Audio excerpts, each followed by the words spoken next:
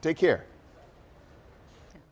Fantastic insight from Rome. I really enjoyed that already. Well, starting today, TSA is enforcing the Real ID Act, and that means you're going to need a Real ID compliant driver's license or another acceptable form of ID, like a passport, to board domestic flights. Now, this was 2 decades in the making. Jess Arnold is joining us live from Reagan National Airport with more on how to check if you are indeed compliant and why you're going to want to budget some extra time at the airport if you are not. Jess, good morning.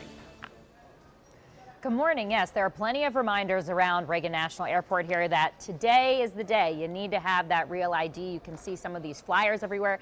Going to step out of the way. Yes, we do still have Sandra here, who is our K9 sporting some of these t-shirts, reminding travelers as well that they need to have their Real IDs starting today.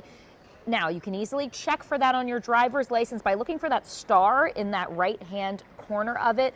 Even if you don't have that today, though, there are plenty of other types of ID you can bring with you, like passports. We'll talk through some more of them in a bit. And for today, you won't be denied boarding, but you may have to undergo additional screening. So that's building in that extra time that Allison mentioned, maybe a few extra questions. TSA isn't releasing exactly what that'll look like, but just be prepared if you don't have that Real ID today. Now, I did speak with a spokesperson a little over an hour ago with TSA, so here is what she had to say about the process.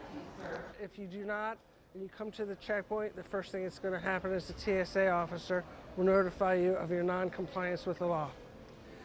Then you may possibly be asked to step to the side for some additional screening measures, and they're going to, give you some additional screening measures, and then you should be good. Now, even TSA pre-check passengers could face more screening without a Real ID. And if you do not have one, I mentioned there are other forms of identification that you can bring that also work. Passport is the most common. You can also bring a passport card, permanent resident card, veteran health ID card. There's a whole list that TSA has online, so check that out before you head to the airport. Now, a Real ID allows adults who are 18 and older to fly domestically, as well as enter certain federal facilities. To get one, the DMV is going to have to revalidate your proof of identity, residency, and your social security number. So make sure you bring all that when you are heading there to update.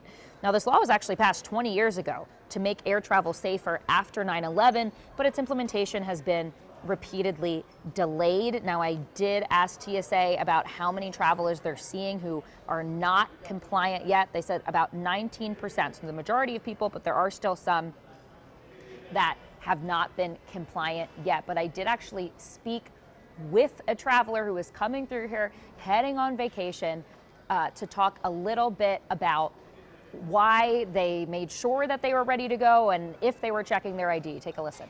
Work for DC Public Schools. We were out for spring break. My IDs expired in June, so I went on and got it early. And if you are wanting to check out that ID, you can also go to the website here. I pulled it up on my phone. You can check it out on your laptop or your phone. It's a tool to make sure that your identification is compliant. We'll make sure we have that online on WUSA9.com as well. Guys. All right, Jess Arnold, 81% of us are compliant, so we will get the rest on board.